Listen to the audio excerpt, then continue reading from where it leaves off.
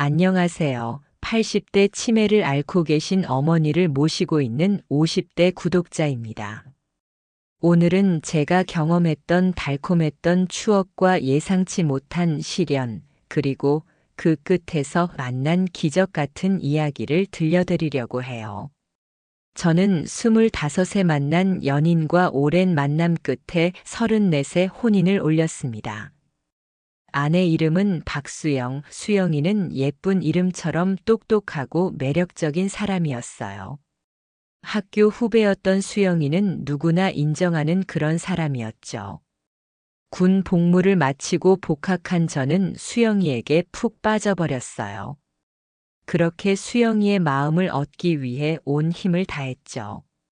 과의 모든 남학생들이 수영이를 좋아하는 상황에서 저는 결국 승리자가 되었어요. 수영이에게 마음을 고백하고 제 마음이 받아들여졌을 때, 그때의 환희와 기쁨은 아직도 제 마음속에 생생히 남아있어요. 저희는 정말 행복했어요. 수영이는 저를 있는 그대로 받아들여 주었거든요. 모난 성격 때문에, 서툰 제 모습 때문에 서운해도 화내거나 짜증내지 않았죠. 부족한 제 모습을 보며 자괴감에 빠져 있을 때마다 수영이는 이렇게 말해 주었어요. 오빠, 세상 사람들은 모두 다양한 모습을 가지고 있어. 오빠가 네모 모양이라면 나는 세모 모양인 거야. 네모랑 세모가 굴러다니면 부딪힐 수밖에 없어. 그런데 이렇게 서로 부딪히다 보면 뾰족한 부분이 둥그러지고 둥그러진 부분들이 부드러워지면서 두 사람이 원 모양으로 바뀌는 거지. 나는 오빠가 잘못됐다고 생각하지 않아. 그냥 우리가 다를 뿐이라고 생각해. 그러니까 너무 속상해하지 마. 오빠는 좋은 사람이야. 우리가 똑같은 모양이 될 때까지 서로를 이해해 보려고 노력해 보자. 이렇게 따뜻하고 현명한 사람을 어디서 만날 수 있었을까요? 수영이는 저에게 축복이었어요. 바라만 보아도 좋았고 함께 있을 땐 웃음이 끊기지 않았죠. 수영이는 대화를 할 줄 아는 사람이었어요. 문제를 파악하고 해결하는 방법을 찾는데 뛰어나서 학과의 비공식 상담사로 불리기도 했죠. 고민이 있는 사람에게 수영이한테 가봐라고 말하는 것이 자연스러울 정도였어요. 저는 수영이의 그런 점이 자랑스러웠어요. 그래서 수영이에게 어울리는 사람이 될 수 있도록 열심히 노력했죠. 공부도 동기들과의 관계도 그 무엇 하나 놓치지 않는 수영이를 따라가는 것만으로도 저는 좋은 성적으로 졸업할 수 있었거든요. 당연히 꽤 괜찮은 회사에도 들어가게 되었고요. 입사를 하자마자 수영이와 결혼하고 싶었지만 수영이의 입장은 확고했어요. 저보다 1년 늦게 졸업할 예정이었던 수영이는 졸업 후 회사에 다니며 일을 하고 싶어 했거든요. 수영이 같은 인재가 대학을 졸업하자마자 결혼 준비와 결혼 생활에 바빠질 걸 생각하니 수영이의 의견을 존중할 수밖에 없었어요. 수영이는 졸업과 동시에 좋은 회사에 입사했어요. 수영이는 당연히 회사에 잘 적응할 거라고 믿었어요. 똑똑하고 모두의 인정을 받던 사람이었거든요.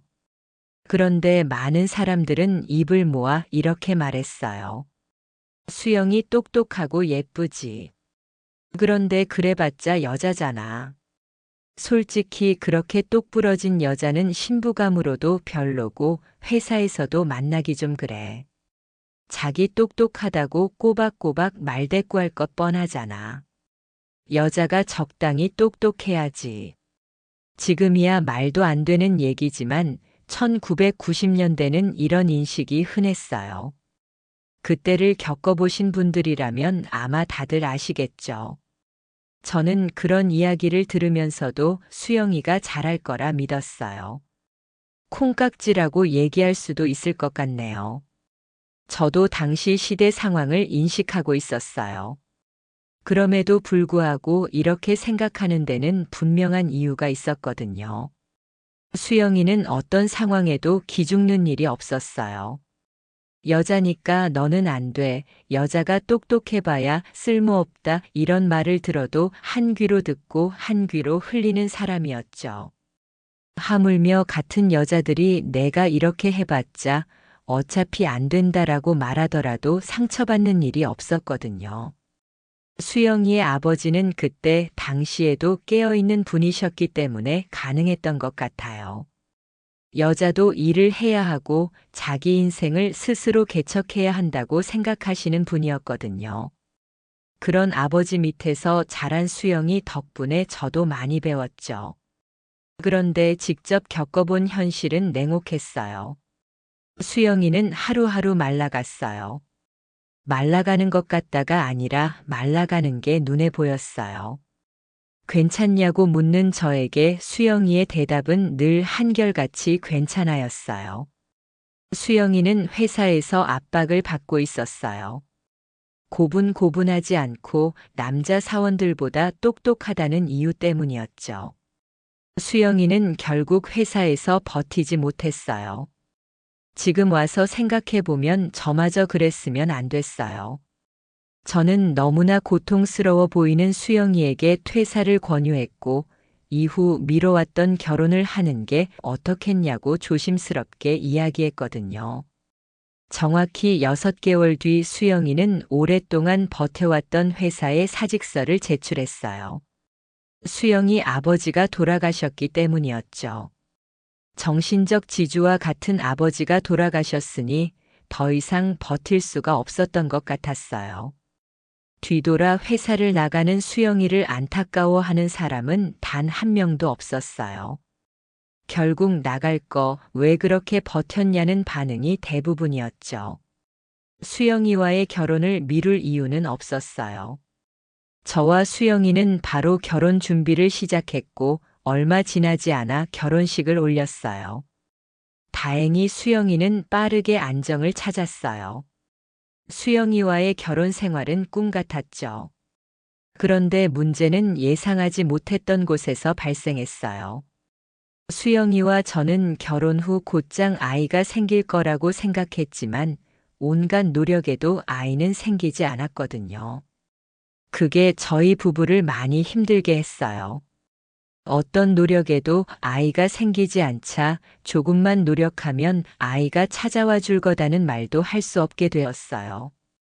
그런 생활이 4년이 지나자 수영이는 나는 일도 결혼 생활도 모두 실패했어라는 말을 입에 달고 살았어요. 처음에는 아니야, 실패하지 않았어라고 말해주었지만 어느 순간부터는 그런 위로조차 쉽게 할 수 없어졌어요. 그렇게 시간이 흘러가고 결혼 생활 8년 차가 되었을 때 저희 부부에게 아이가 찾아왔어요. 건강하게 태어난 아이는 세상에 그 무엇보다 소중했어요. 아이가 작은 손으로 제 손가락을 움켜쥐었을 때 감격은 이루 말할 수 없었죠. 모든 순간이 아름다웠어요. 제 인생에 그렇게 아름다운 순간이 또 있을까 싶었어요. 아이가 태어나자 온 집안 식구들과 함께 이 기쁨을 나눴어요. 아이가 안 생겨서 속상한 게 너네만 하겠니? 나는 신경 쓰지 말고 수영이나 신경 쓰렴이라고 37살이 되도록 아이가 없었던 저와 수영이를 위로해 주셨던 어머니도 눈물을 흘리시며 기뻐하셨어요. 그런데 아이가 4살이 되자 또 한 번 예상치 못했던 일이 생겼어요. 처음엔 문제라고 생각하지 않았어요. 수영이가 밖에서 사람들을 만나면서 활기를 찾는 모습이 기뻤거든요. 그런데 어느 날 통장을 정리하는데 주기적으로 큰 돈이 어딘가로 빠져나가는 것을 보게 되었어요. 저는 큰 돈을 쓸 일이 없는데 대체 어디서 이 돈이 빠져나가는 건지 알 수 없었죠. 내가 쓴 게 아니라면 돈을 꺼내 쓴 사람은 단 한 명, 제 아내 수영이었어요. 조심스럽게 수영이를 불러 물어봤어요. 요즘 무슨 일 있어? 무슨 일 있으면 나한테 말해줘야 돼, 알지? 제 물음에 수영이는 환하게 웃으며 별일 없어, 걱정하지 마라고 대답해 주었죠. 그때까지만 해도 별 문제 없을 거라고 믿고 있었어요. 아니, 사실 별일이 없을 거라 믿고 싶었던 것 같네요. 저는 그저 아이가 생기기 전에도 마음고생하고 아이 키우느라도 고생했는데 이 정도야 쓸 수 있지. 기분 전환을 하고 싶었다고 생각하자라고 생각할 뿐이었어요. 그런데 점점 통장에서 빠져나가는 액수가 커졌고 빠져나가는 주기도 잦아졌어요. 이래서는 문제가 커지겠다 싶어 수영이를 불러 진지하게 이야기했어요. 내가 지난번에 무슨 일 있는 건 아니냐고 물어봤잖아. 정말 아무 일 없는 거 맞아? 나도 그때 말했잖아. 별일 없다고. 왜? 무슨 일 있어? 저는 한숨을 삼키며 말했어요. 아무 일도 없는 거면 왜 그렇게 큰 돈이 계속 필요한 건데? 수영이는 잠깐 멈칫하더니 아무렇지 않은 표정으로 이렇게 말했어요. 내가 그 정도도 못 써? 부부는 한 몸이라며 내가 돈을 얼마나 쓰든 오빠가 쓰는 거라고 생각하면 되잖아. 그래, 부부는 한 몸이지. 그러니까 이렇게 큰 돈이 필요하면 어디에다 왜 이 돈을 쓰려고 하는지 정도는 알려줄 수 있는 거잖아. 아무리 작은 돈이라도 이게 모이면 금액이 커지기 마련이야. 너도 알고 있으면서 왜 그렇게 말을 해? 너를 나무라는 게 아니라 적어도 왜 이런 돈이 필요한지 알려달라는 거야. 애원하듯 말하자 수영이는 마지못해 돈의 사용처를 이야기했어요. 수영이 대답은 상당히 의심스러웠어요. 아, 사실 내가 사업을 하려고 준비 중이야. 그러려면 초기 자금도 필요하고 이것저것 하면서 투자금도 모아야 하는데 거기에다가 좀 썼어. 저는 물었어요. 사업? 무슨 사업을 하려고 하는데? 아니, 사업을 하려면 나랑 상의해보지. 왜 아무 말도 없이 사업을 시작한 거야? 아직 시작한 것도 아니고 시작하려고 준비 중인 거야. 사업이 어떻게 될지도 모르는데 오빠한테 다짜고짜 사업할 거라고 얘기하면 되겠어? 이상한 대답이었죠. 잠시만 사업이 안 되면 그럼 그때도 숨길 생각이었어? 수영이는 입을 꼭 다물었고 약간의 정적이 흐른 뒤 이런 대답이 돌아왔어요. 나는 이 사업이 망할 거라고 생각 안 해. 나 이걸로 다시 일어날 거야. 앞뒤가 안 맞는 대답이었어요. 사업이 잘못되는 걸 걱정해서 나에게 비밀로 해놓고 사업이 망할 거라고 생각하지 않는다니요. 어딘가 수상한 구석이 한두 개가 아니었죠. 제가 의심스러워하는 게 티가 났는지 수영이는 화를 냈어요. 오빠도 나를 무시하는 거지.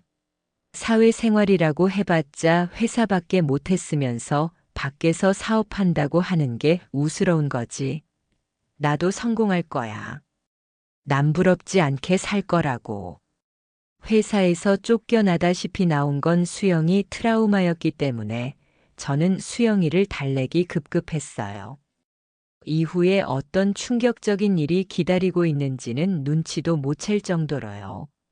사업을 한다는 사실을 밝히고 나자 수영이는 과감해졌어요.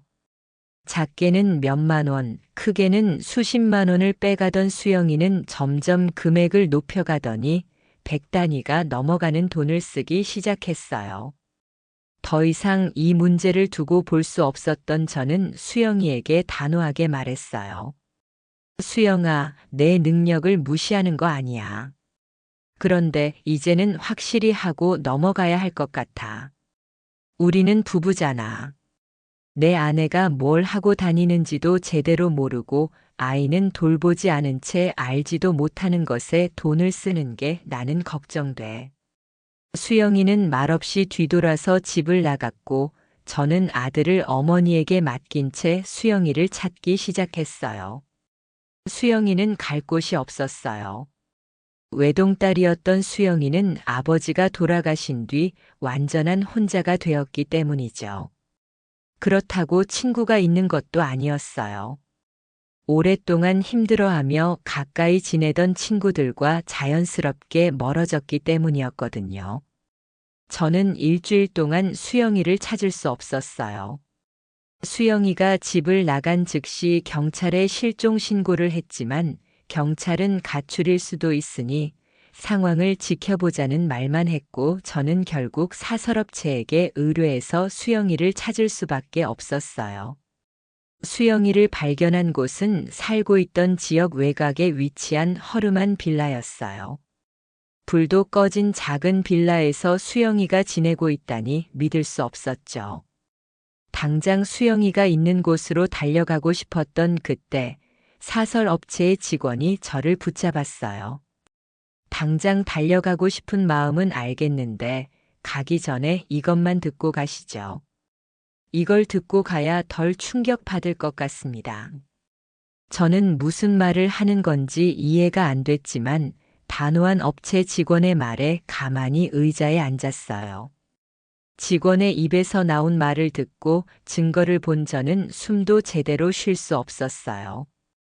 박수영 씨가 있는 곳은 다단계 회사 직원들이 있는 건물입니다. 뭐라고요? 다단계요? 제 아내가 그럴 리가 없습니다. 당신들이 조사를 잘못한 거겠죠. 증거를 보시지 않았습니까? 박수영 씨는 선생님의 집에서 나오자마자 이곳으로 향했고 이 빌라 근처에 사는 사람들한테는 이 다단계 회사가 유명하더군요. 게다가 박수영 씨를 알고 있는 사람도 많았어요. 도대체 이 빌라가 뭐 하는 곳이길래? 직원은 한숨을 푹 쉬고 말을 이었어요. 이런 회사가 있는 줄은 알고 있었지만 저도 이런 일은 처음 의뢰를 받은 거라 솔직히 조금 놀랐어요. 이 건물은 다단계 회사에 끌려 들어가서 교육을 받는 사람들이 지내는 곳이에요. 기껏해야 두세 사람 잘 수 있는 방에 10명 정도 되는 사람들이 들어가니 제대로 누워서 잠을 잘 수도 없고 심하면 교대로 잠을 자기도 하죠. 당연히 먹는 것도 제대로 나오지 않아요. 씻는 것도 일찍 들어온 사람들이 먼저, 나중에 들어온 사람들은 씻지도 못하는 경우가 허다하답니다. 아니, 대체 그 사람들은 왜 거기에 모여 있는 겁니까? 그렇게 허름한 곳에 사람들이 수십 명 모여 있다면 다 같이 나오는 것도 가능하잖아요. 가장 위에 있는 사람들이 조금만 노력하면 돈도 많이 벌 수 있고 성공한 삶을 살 수 있다고 세뇌 같은 걸 시키는가 봐요. 돈을 많이 가져다 주면 줄수록 높은 지위를 가지게 된다는 거죠. 그러면 제 아내가 돈을 빼간 게 그런 이유 때문인가요? 그제야 모든 퍼즐이 맞춰지는 기분이었어요. 수영이가 돈을 빼간 이후 그 금액이 점점 커졌던 이유, 성공한 남부럽지 않은 삶에 그토록 집착한 이유를 알게 된 것이죠. 눈앞이 노랗고 하늘이 무너지는 기분이었어요. 그럼 제 아내도 이런 곳에서 지내고 있다는 겁니까? 다행이라고 말씀드리는 게 맞는지는 모르겠지만 아내분은 이 건물에서 혼자 쓸 수 있는 방을 쓰고 계세요. 그 이유는 당연히 돈을 많이 가져다 주기 때문이죠. 여기서 하는 말이 이거예요. 실적이 좋으면 너네도 이렇게 될 수 있다. 그런데 문제는 이 사람들이 영업을 하는 방식이 절대 수익이 날 수 없는 구조예요. 그러면 그 말은 돈을 많이 갖다 주는 게 유일한 방법이라는 거죠. 사실 지금 아내분을 찾으러 가신다고 해도 아내분이 따라오실지는 모르겠어요. 억지로 데려오는 방법밖엔 없을 텐데 어떻게 아내분을 모시고 나올 수 있을지 잘 생각해보고 가세요. 직원이 증거도 보여주었고 자세한 설명까지 해주었지만 저는 직원의 말을 온전히 믿을 수 없었어요. 직원에 대한 믿음보다 아내를 향한 믿음이 더 컸기 때문이었죠. 그래서 직원의 말을 무시한 채 직원이 알려준 건물의 주소로 달려갔어요. 사진보다 더 허름해 보이는 빌라 앞에 차를 주차해 놓고 있으니 한 건물에서 수십 명이 되는 사람들이 줄을 지은 채 어디론가 향했어요. 저 작은 빌라에서 어떻게 저 많은 사람들이 나오나 신기함을 넘어 기이함까지 느껴졌어요. 눈에 불을 켜고 아내를 찾고 있는데 가장 마지막으로 유유히 걸어 나오는 아내가 보였어요. 수영아. 아내의 얼굴을 보자마자 차에서 내려 달려갔어요. 아내는 제가 나타났음에도 놀라는 기색 하나 없었어요. 수영이는 냉랭한 말투와 한 번도 본 적 없는 표정으로 여기는 어떻게 알았어라며 쏘아붙이듯이 말했어요. 수영이의 눈은 텅 비어 보였어요. 아내가 사라졌는데 어떻게 찾지 않을 수가 있어? 뒤지고 또 뒤져서라도 찾아내야지. 돌아가. 나는 성공할 때까지 안 돌아갈 거야. 그렇게 알아. 도대체 내가 말하는 성공이 뭔데? 이래, 도대체 왜 이러는 거야? 그러자 수영이는 처음 보는 얼굴을 하며 소리를 질렀어요. 정말 악을 쓰며 소리를 질렀어요. 나도 성공하고 싶다고. 명품 같은 건 바라지도 않아. 그냥 인정받고 싶은 거야. 박수영, 그렇게 똑똑하더니 역시 잘 됐구나. 그 소리 한번 들으려고 이렇게 하는 게 잘못됐어? 나는 아직도 억울해. 내가 담배나 피고 커피나 마시는 그놈들보다 못한 게 대체 뭔데? 텅 빈 눈으로 동네가 떠나가라 소리를 지르는 수영이의 목소리에는 한이 서려 있었어요. 처음엔 수영이가 돈을 벌고 싶어서 이러는 거라고 생각했어요. 그런데 그게 아니었어요. 수영이는 못다 이룬 꿈을 이루고 싶었던 거였어요. 그날의 수영이를 놓아줄 수밖에 없었어요. 하지만 손 놓고 있을 수는 없었어요. 저에게는 눈에 넣어도 아프지 않을 아들 민성이가 있었으니까요. 말문이 트인 6살 난 제 아들은 밤에 잠꼬대로 울며 엄마를 찾을 정도였는데 어느 순간부터는 엄마를 찾지 않았어요. 아마 엄마가 오지 않을 거라고 본능적으로 느꼈던 거겠죠. 그 어린 나이에 말이에요. 저는 그런 민성이에게 다시 가족을 만들어주기 위해 아내를 찾아갔어요. 정말 최선을 다했어요. 마음을 돌리기 위해서요. 그런데 아내의 마음은 쉽사리 변하지 않았어요. 뺨을 맞고 돌아올 정도였죠. 수영이의 상태가 심각해졌다는 건 눈으로 알 수 있었어요. 하지만 민성이를 보면 제가 알던 수영이의 모습을 기억하면 도저히 포기할 순 없었어요. 그런데 아내를 믿고 기다렸던 저의 태도는 크나큰 폭풍이 되어 저를 덮쳤어요. 오랜만에 어머니 댁에 있던 민성이를 데리고 주말 저녁 시간을 보냈는데 누군가 집 문을 두드렸어요. 문을 여니 험악한 남자 둘이 저를 노려보고 있었어요. 김태민? 처음 보는 사람, 그것도 험악한 사람에게 이름이 불리자 저절로 위축됐어요. 안에 있는 민성이가 볼까봐 서둘러 밖으로 나가 문을 닫았죠. 누구십니까? 박수영 알지? 내 아내 맞잖아. 제 아내입니다만 제 아내는 왜 찾으시는 건가요? 험악한 인상의 두 남자는 짜증난다는 표정을 지으며 대답했어요. 박수영이 돈 빌리고 안 갚은 사람들이 고용해서 왔으니까. 얼른 마누라 내놔. 돈을 빌리고 안 갚았다니요? 제 아내가 돈을 빌리고 안 갚았다뇨? 그럴 리가 없습니다. 뭐야, 서방도 몰랐던 거야? 두 사람은 자기들끼리 이야기를 주고받더니 낮은 목소리로 진짜 문을 열라고 말했어요. 저는 온몸으로 막아섰어요. 하지만 그들은 멈출 생각이 없었어요. 큰 소동이 일어나자 이웃의 신고로 경찰이 출동했고 두 사람은 체포됐으며 저는 증인 자격으로 경찰서에 동행하게 되었어요.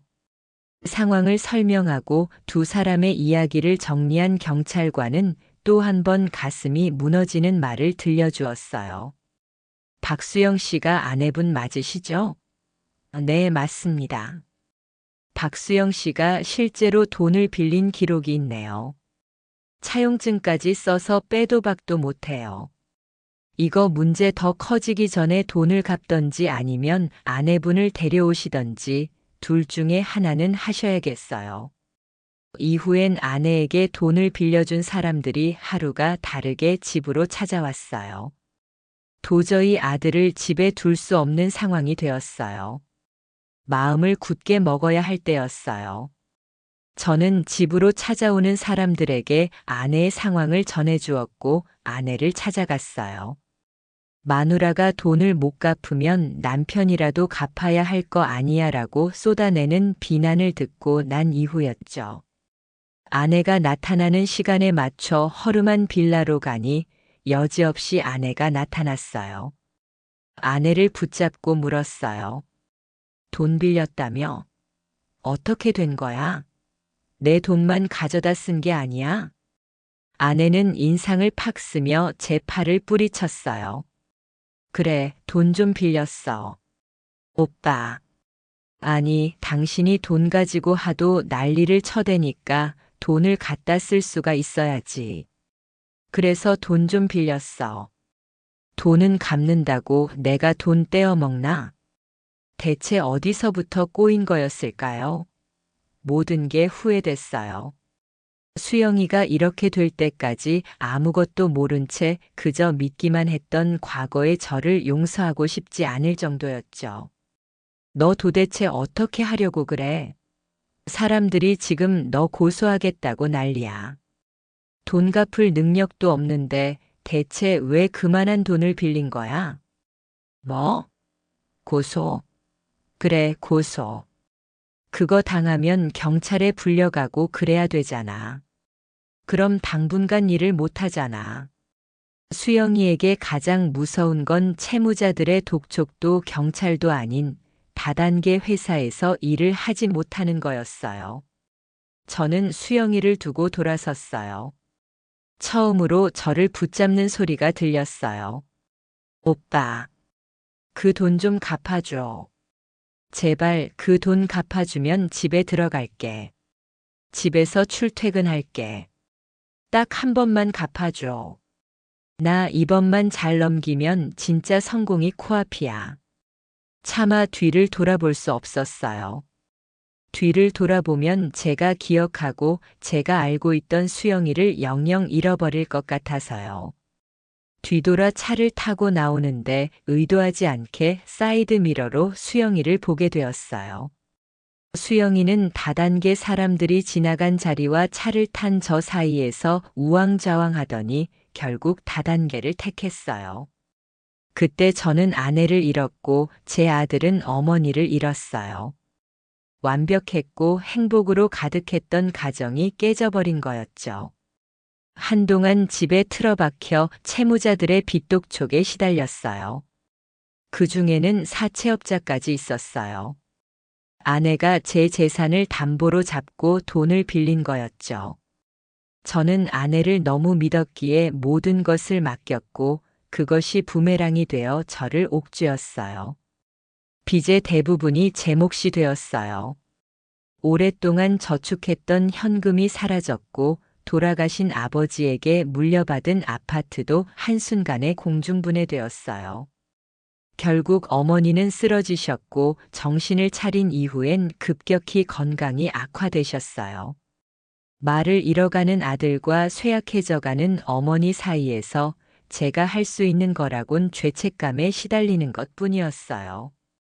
회사에서는 병가를 내주었지만 그것도 얼마 가지 않을 거라는 걸 알 수 있었어요.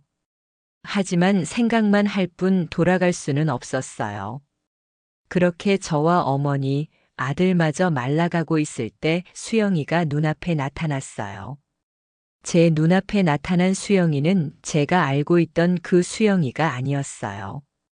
저와 아들 민성이의 모든 것을 앗아간 여자 그뿐이었어요. 오빠. 수영이는 눈물을 흘리며 저에게 다가왔어요.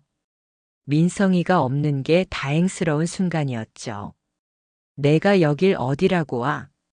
수영이는 차가운 목소리에 멈칫한 듯 했어요. 하지만 제게 다가오는 걸 멈추지는 않았어요. 오빠, 내가 잘못했어. 내가 잘못 생각했어. 그 말이 제 마음을 흔들지 못했어요. 여기 온 이유나 말해. 수영이는 너무나 서럽게 울고 있었어요. 내가 잘못했어. 사람들한테 돈 빌리고 안 갚은 것도, 오빠한테 빚을 떠넘긴 것도 미안해. 나 정말 잘 될 줄 알았어. 잘 되면 다시 집으로 돌아갈 줄 알았어. 저는 수영이의 눈물과 표정 말투를 보며 정말 반성한 게 아닌가라는 생각을 했어요. 물론 수영이와 다시 합칠 생각은 전혀 없었지만요. 역시 수영이의 눈물은 악어의 눈물이었어요. 여기 온 이유나 말해. 이유 정도는 들어줄 테니까. 이 말을 하자마자 수영이의 얼굴은 눈에 띄게 밝아졌어요. 아마 제 마음이 흔들렸다고 생각한 거겠죠. 한껏 들뜬 목소리의 수영이는 금세 눈물을 닦으며 하고 싶었던 말을 쏟아냈어요. 그래, 오빠, 내 말 좀 들어봐. 내가 지금 몇 달째 회사에 돈을 못 내고 있거든. 그래서 밑에 놈들한테 자리를 뺏기기 직전이야. 위에서는 압박하지, 밑에서는 치고 올라오지. 내 마음 알지? 회사 생활하다 보면 이런 일 흔하잖아. 오빠도 사회생활 하니까 알 거 아니야. 나 진짜 조금만 더 하면 위로 올라갈 수 있어. 그러면 어디 가서 남 부끄럽지 않게 성공했다고 말할 수 있다고. 그때 되면 다시 돌아갈게. 그러니까 돈 좀 빌려줘. 제발. 사람이 너무 화가 나면 아무 말도 할 수 없다는 걸 그때 깨달았어요. 박수영, 너 때문에 내 아들은 한순간에 엄마를 잃었고 나는 직장을 잃었어. 모든 재산이 다 빚 갚는 데 쓰였고 아버지가 평생 동안 일해서 물려주신 아파트도 사라졌다고. 그런데 뭐? 돈을 빌려줘? 집으로 들어와. 너는 이제 내 아내가 아니야. 그딴 부탁할 거면 당장 꺼져.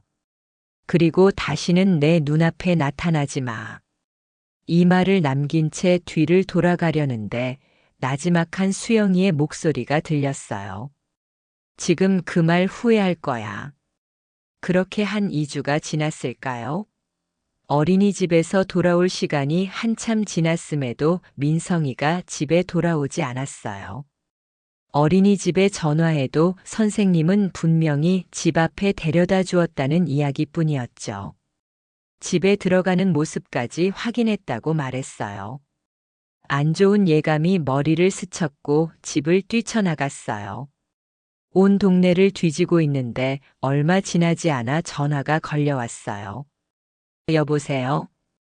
전화기 건너편의 사람은 수영이었어요. 너. 수영이는 뻔뻔하게 이렇게 말했어요.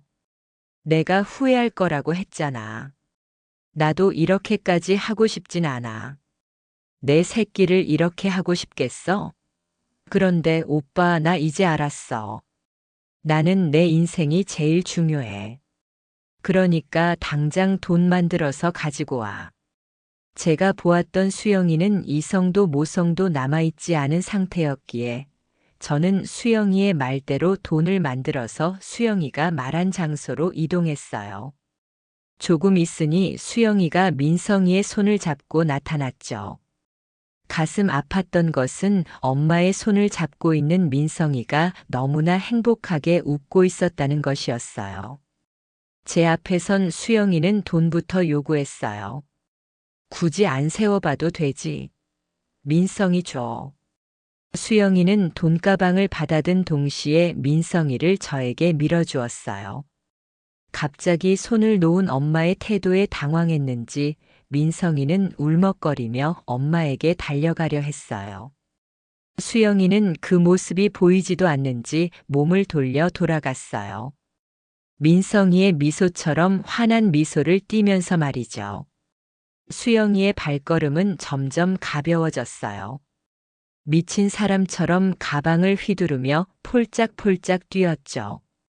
가방을 빙빙 돌리다가 살짝 열린 지퍼로 돈뭉치 하나가 도로로 뚝 떨어졌어요. 수영이는 비명을 지르며 돈뭉치를 향해 달려갔죠. 정말 돈뭉치 하나였어요. 가방 안에 든 돈과 비교하면 너무나 작은 돈뭉치 하나였어요. 그런데 수영이는 비명을 지르며 도로로 달려갔어요. 마침 수영이가 도로로 내려와 돈뭉치 쪽으로 달려오는 그때 화물차가 수영이를 친 건 한순간이었어요. 민성이는 놀라서 아무것도 하지 못하고 있는 제 품을 빠져나가 제 엄마가 있는 쪽으로 달려갔어요. 이후의 이야기는 여전히 가슴이 저린 일이지만 이제는 해결된 일이기 때문에 민성이의 허락을 받아 이야기해 보겠어요. 수영이를 친 화물차는 수영이를 피하기 위해 핸들을 돌렸고 중앙선을 넘어 건너편 차와 충돌했어요. 화물차의 충격을 견디지 못한 승용차는 그대로 밀려 보도 쪽으로 향했고 그 차는 결국 제 품에서 벗어나 달려가고 있던 민성이를 덮쳤어요. 수영이는 즉사 민성이는 다리에 큰 부상을 입었어요. 목숨을 끊고 싶다는 생각을 수도 없이 했어요. 병원에 누워있는 민성이를 보며 가슴을 치며 통곡했죠.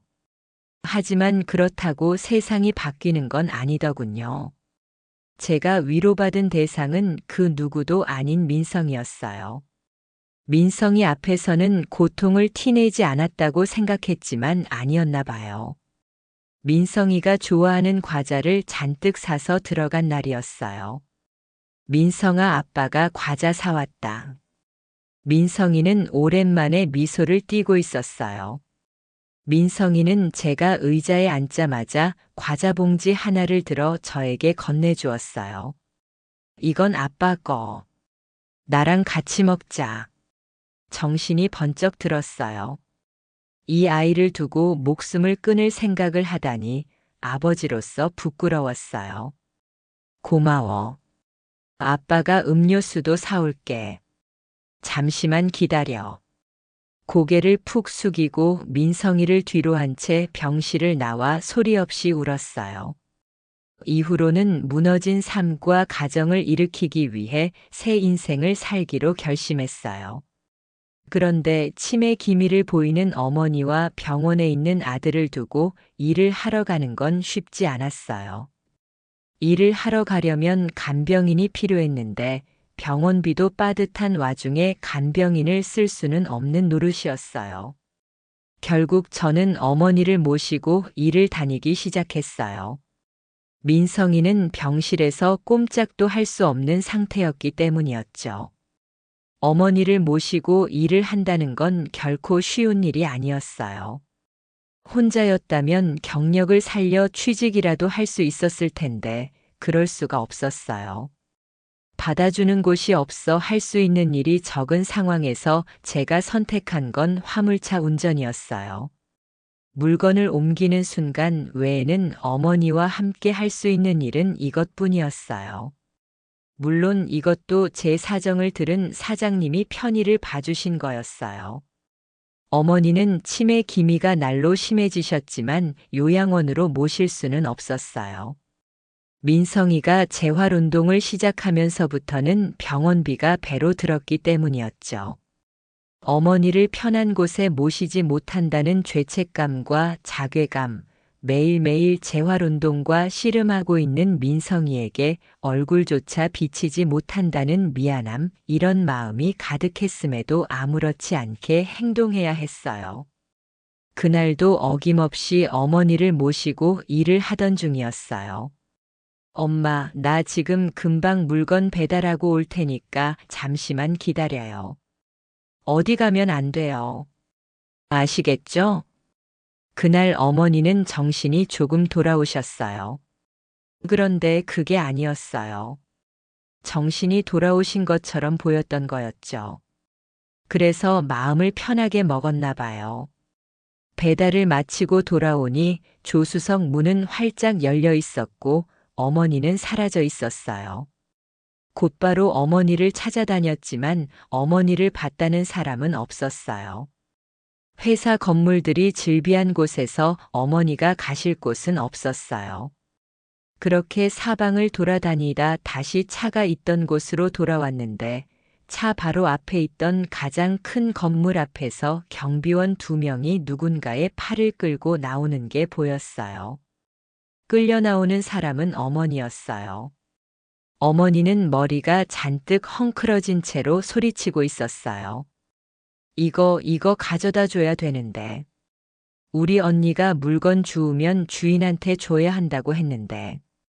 피가 거꾸로 솟는 느낌이었어요. 저는 달려가서 경비원 2명을 내팽개쳤어요. 지금 이게 뭐 하는 짓입니까? 경비원들은 금방 일어나 저에게 화를 냈어요. 그쪽이 할머니 아들입니까? 그래요, 내가 아들입니다. 대체 우리 어머니한테 뭐 하는 짓입니까? 실랑이를 하고 있는 중에 책임자로 보이는 한 사람이 뒤따라 나오더니 이렇게 말했어요. 밖으로 거칠게 모신 건 죄송하지만 어머니가 저희 회사 로비로 오셔서 출입문을 무작정 넘어가려고 하셨어요. 이러시면 안 된다고 분명히 말씀을 드렸는데 저희 경비원을 때리면서도 출입문을 넘어가시려 해서 어느 정도 제지가 필요했어요. 저희 직원도 피해를 입었고 건물 내부 시설에도 손해가 있었으니 이 정도로 넘어가시죠. 온전한 상태가 아니신 분인 것 같아 이렇게 말씀드리는 겁니다. 저는 아이처럼 벌벌 떨고 있는 어머니의 손을 꼭 잡은 채 고개를 숙이며 이렇게 말할 수밖에 없었어요. 폐를 끼쳤습니다. 죄송합니다. 3사람이 들어가고 저는 어머니의 헝클어진 머리를 정리해 드렸어요. 어머니는 연신 눈치를 보고 계셨고 저는 아무 말이 없었어요. 차로 돌아가서 다시 운전을 하려는데 곁눈질로 저를 훔쳐보시던 어머니는 이렇게 말씀하셨어요. 서류 봉투를 들면서 말이죠. 이거 가져다 줘야 하는데. 속상했어요. 대체 그게 뭐길래 그거 전해주겠다고 그런 모진 일을 당했으면서 그 서류 이야기를 하다니요. 어머니가 겪었던 그 일은 기억조차 못한 채 누군가 떨어뜨린 물건은 꼭 전해줘야 한다는 사실만 기억하는 어머니가 너무나 안쓰러웠어요. 차를 갓길에 세우고 말했어요. 알겠어요, 엄마. 이거 전해주러 갈게. 그제야 어머니는 환한 미소를 지으셨어요. 차를 출발시키기 전 서류 봉투를 열어보았어요. 회사 생활을 안 해본 사람이라면 그냥 지나쳤겠지만 저는 알 수 있었어요. 그 서류는 회사와 회사 간 거래에 아주 중요한 서류였어요. 당장 운송해야 하는 것들이 있었지만 출발한 지 얼마 되지 않아 차를 돌렸어요. 서류만 전해주고 바로 돌아 나오면 될 것으로 보였죠. 회사 앞에 도착해 로비로 들어가니 로비가 매우 혼잡하고 복잡했어요. 바쁘게 뛰어다니는 사람들을 지나 데스크에 도착했고 어머니가 주우신 서류를 전달했어요. 저희 어머니가 이걸 주우셨어요. 이 회사로 들어갔다고 하니까 주인 찾아주세요. 데스크에 앉아서 심각하게 전화를 받던 직원은 시큰둥하게 서류를 받았고 저는 곧장 몸을 돌렸어요. 갈 길이 바빴으니까요. 그런데 그때 저기요 데스크 직원이 부르는 소리였어요. 직원의 손에는 종이봉투 안에 있던 서류가 들려 있었죠. 잠시만요, 기다려주세요. 직원은 급하게 어딘가를 향했고 더 이상 시간을 지체할 수 없던 저는 밖으로 향했어요. 차에 올라타려는 그때 아까 봤던 책임자가 문을 두드렸어요. 지금 바쁘시면 연락처라도 하나 남겨주세요. 저는 대충 휘갈겨서 전화번호를 적어주었고 미련 없이 떠났어요. 그렇게 한 일주일 정도 지났을까요? 일을 마치고 핸드폰을 확인했는데 저는 제 핸드폰에 그토록 많은 부재중 전화가 찍혀 있는 걸 처음 봤어요. 혹시나 무슨 일이라도 있는 건가 싶어 당황하던 때 문자 하나가 와 있는 걸 보게 되었어요. 한국 시스템입니다. 일전에 전달해 주신 서류 건으로 드릴 말씀이 있어 전화를 드렸지만 부재 중이어서 문자 남깁니다. 전에 주어서 가져다 준 서류에 무슨 문제라도 있는 건가 싶어 곧장 문자가 온 번호로 전화를 걸었어요. 안녕하세요, 선생님. 전화를 받은 상대의 목소리에는 반가움이 가득 묻어 있었어요. 문제가 있는 건가 싶어 불안한 마음으로 전화를 걸었는데 반가운 반응이 돌아오자 이번엔 당황스러운 마음이 들더라고요. 전화가 많이 와 있던데요. 무슨 일이 있는 건가요? 직원이 눈앞에 있는 건 아니었지만 직원의 목소리만으로 손짓을 하는 모습이 연상되었어요. 네, 아닙니다. 무슨 일이 있는 건 아니고요.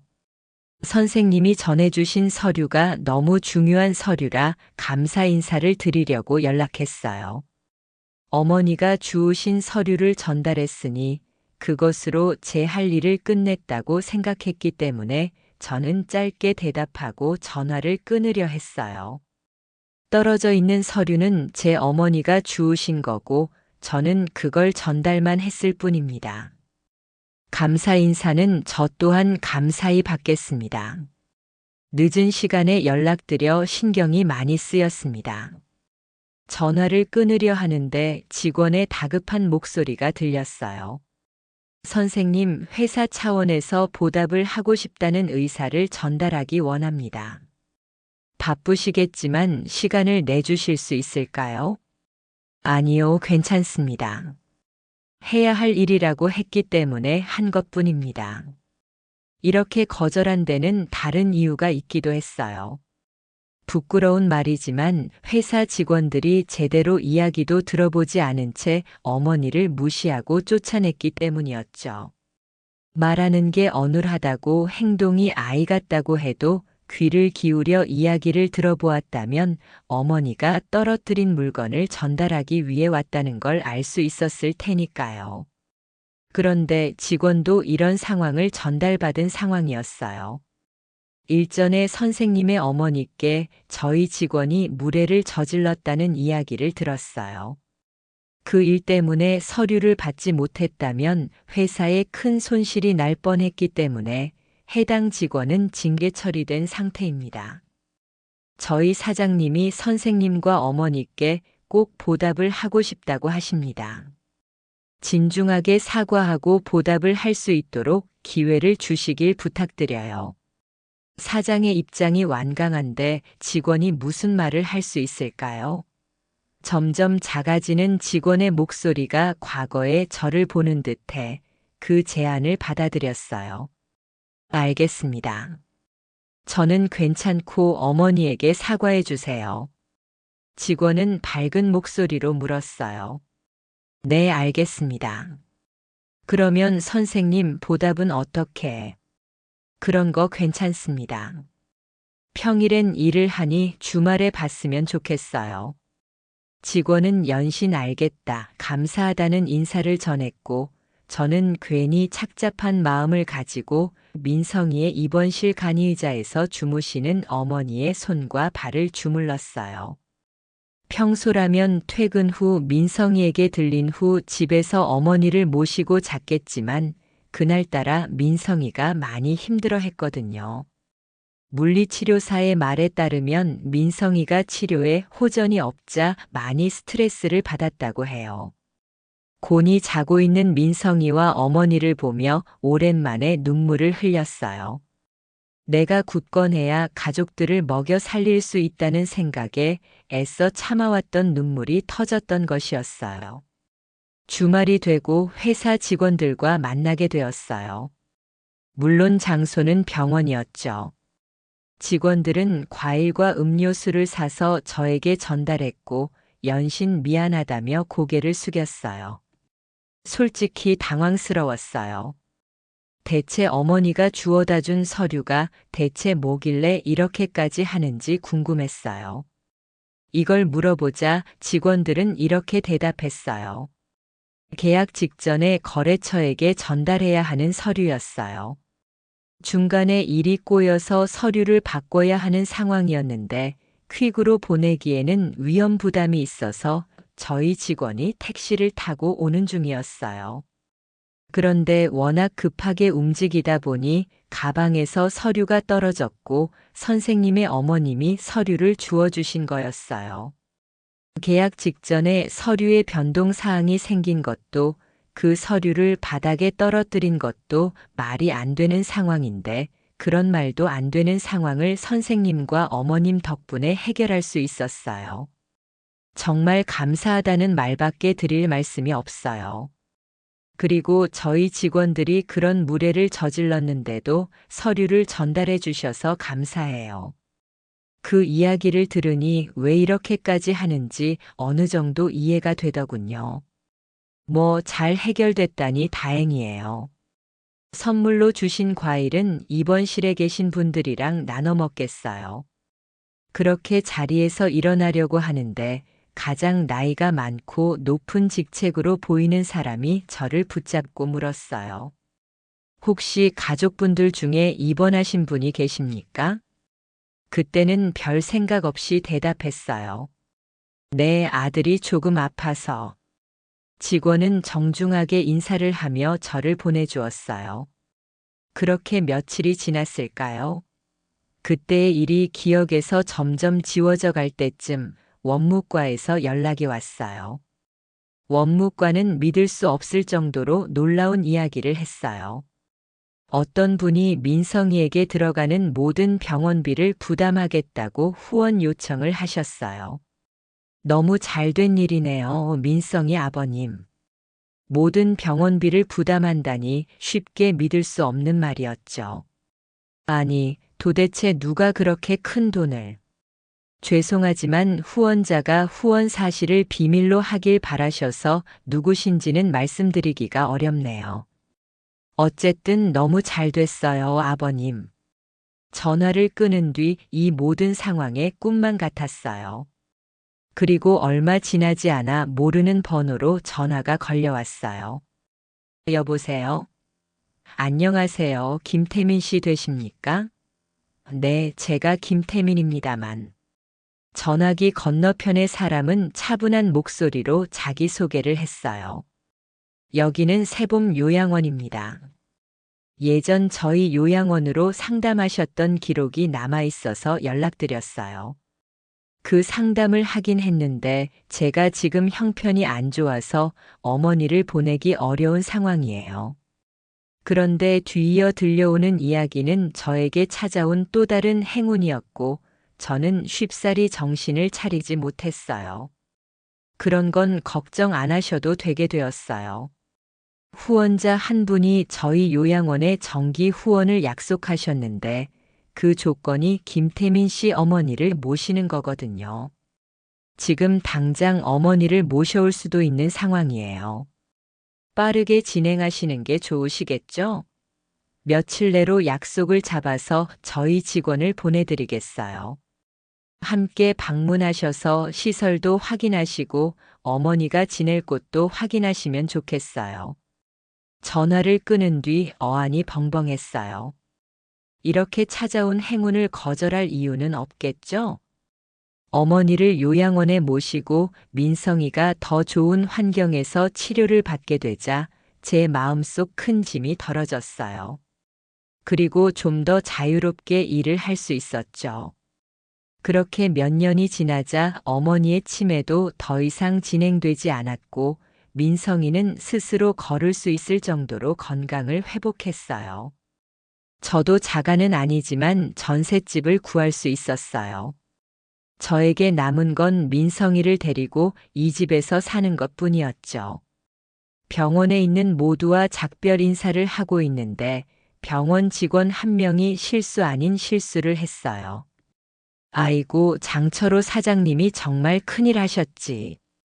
직원은 깜짝 놀랐는지 입을 막았고 저는 직감했어요.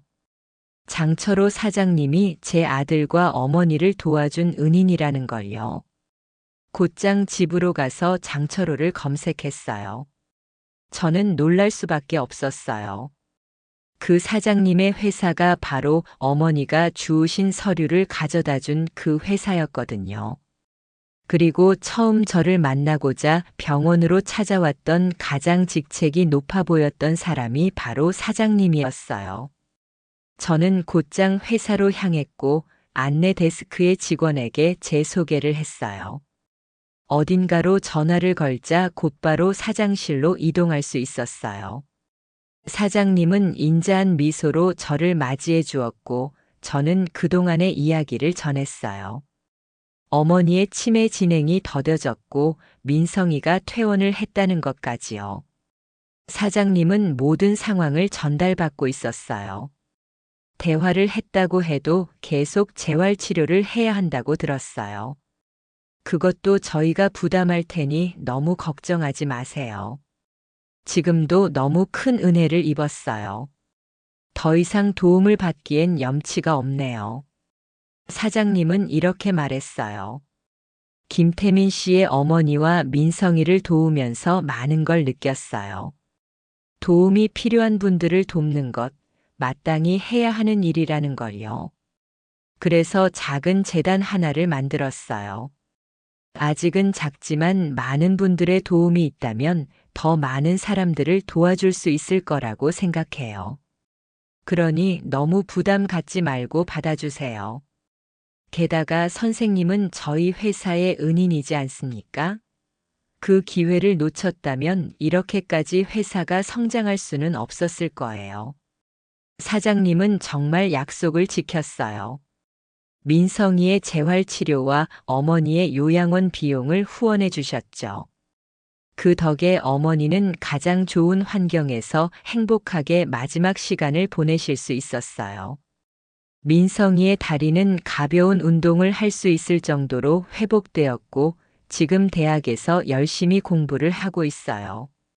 한때 말과 표정을 잃었던 민성이는 다른 사람을 돕는 일을 하는 꿈을 꾸게 되었죠.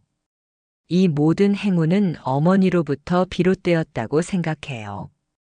온전하지 못한 상태에서도 다른 사람을 도우려 하는 어머니의 선한 마음이 이런 행운을 불러온 것이라고 생각해요. 저는 여전히 어머니에게 감사한 마음으로 하루하루를 살아가고 있어요. 비록 생을 마감하고 싶을 만큼 힘든 순간이 있었지만 이렇게 다시 일어설 수 있음에 또한 감사해요. 정직하게 사는 사람에게는 언젠간 행운이 찾아오리라 믿어요. 제 긴 사연을 들어주신 분들에게 감사드려요. 여러분의 인생에도 행운이 함께 하길 바랄게요. 감사합니다. 지금까지 사연 들어주셔서 감사해요. 사연이 재밌으셨다면 구독과 좋아요를 눌러주세요. 감사해요. 안녕히 계세요.